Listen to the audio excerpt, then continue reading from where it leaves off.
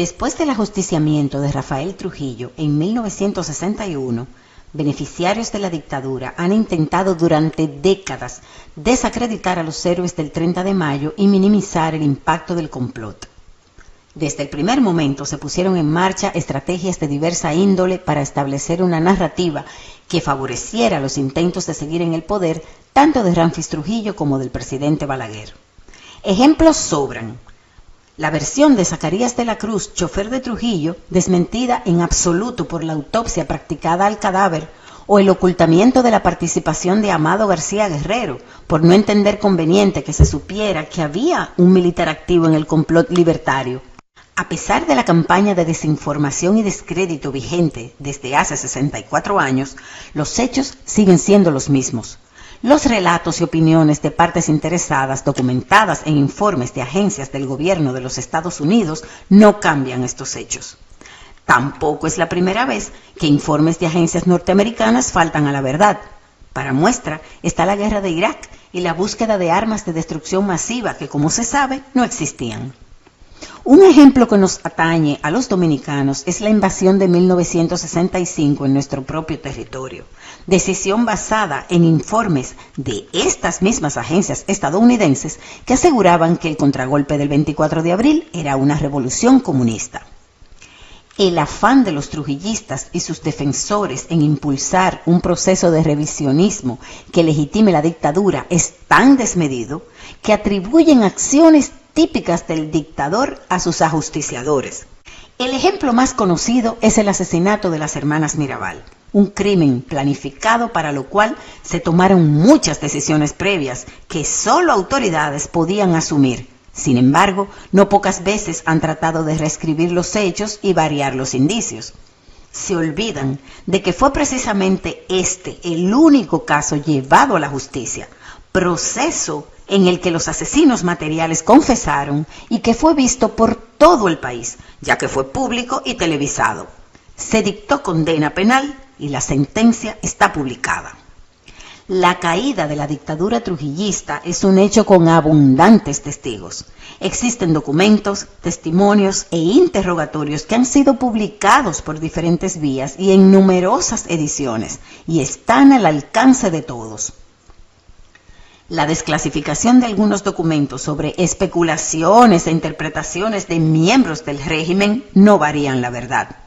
El 30 de mayo de 1961, a las 9:45 de la noche, un grupo de valientes terminó con una larga dictadura de 31 años. Un desafío heroico al terror, que pagaron con sus vidas en nombre de la libertad. Museo Memorial de la Resistencia Dominicana. Saludos señores, ¿qué tal? Muy buenos días, buenas tardes, no importa la hora, aquí estamos. Gracias a la gente que está a través de Teleradio América y a los que están fuera de nuestro país y que nos ven a través de Televisión Dominicana. Estamos listos para compartir la jornada de hoy. Iniciamos con este editorial, este mensaje, este comunicado del Museo Memorial de la Resistencia en voz de Patricia Solano.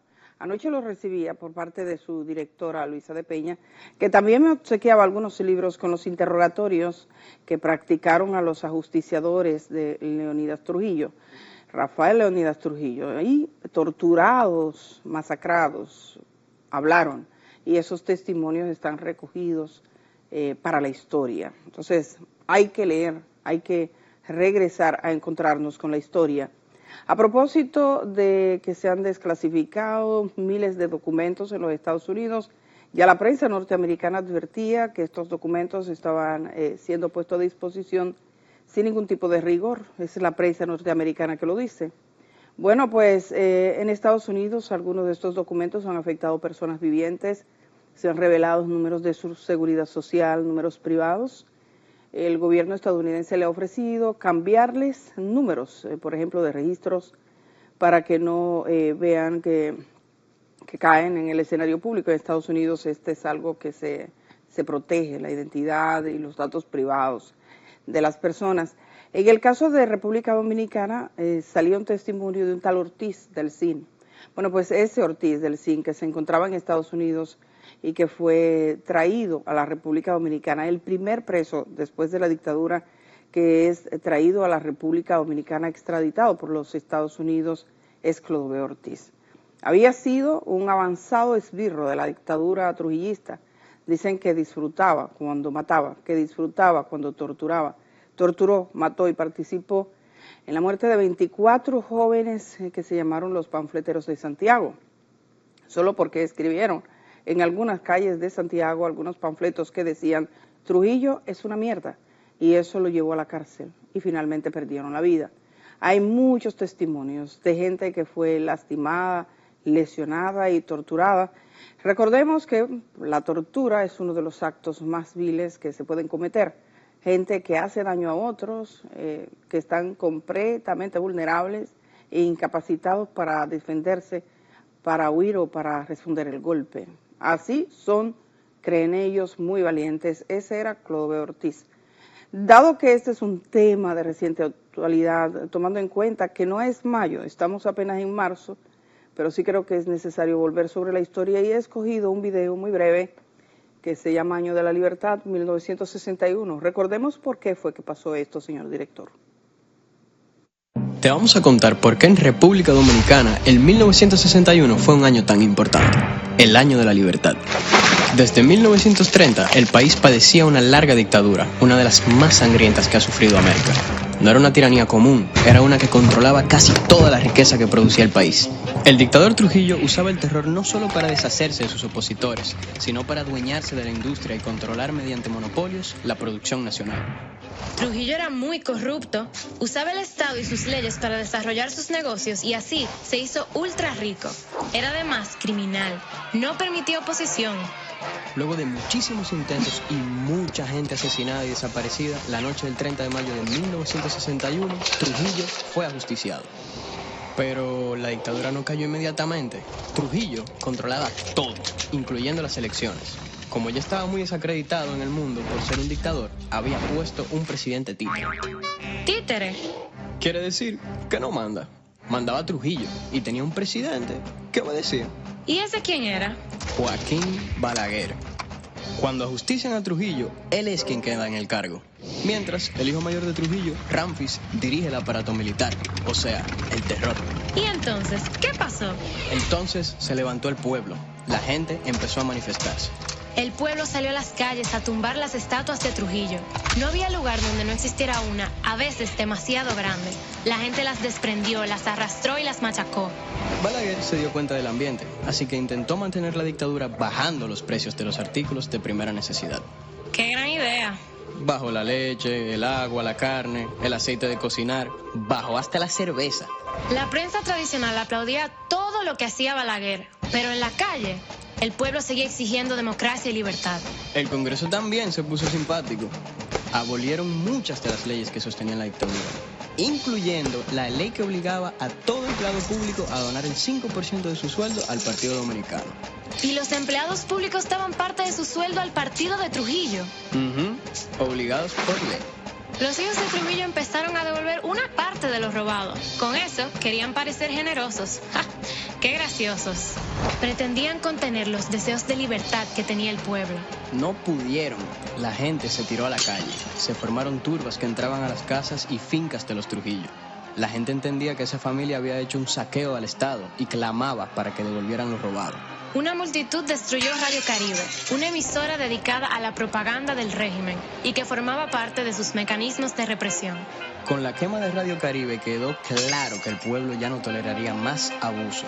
La gente estaba decidida a conquistar la libertad.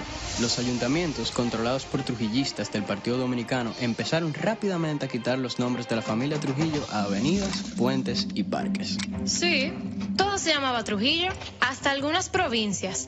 Bueno, ¿qué te digo? El Pico Duarte se llamaba Pico Trujillo. Pero la familia del dictador no se iba. Entonces el hijo de Trujillo formó su propia turba. Hubo violencia y muerte en la calle. El pueblo pagó con sangre sus anhelos de libertad. Pero la gente resistió y logró con su actitud que se legalizaran otros partidos y que la actividad política fuera, en lo adelante, diversa y plural. En noviembre de 1961, el pueblo se plantó en una huelga. A finales de ese mes, por fin los Trujillos salieron del país, no sin antes asesinar a los ajusticiadores del dictador.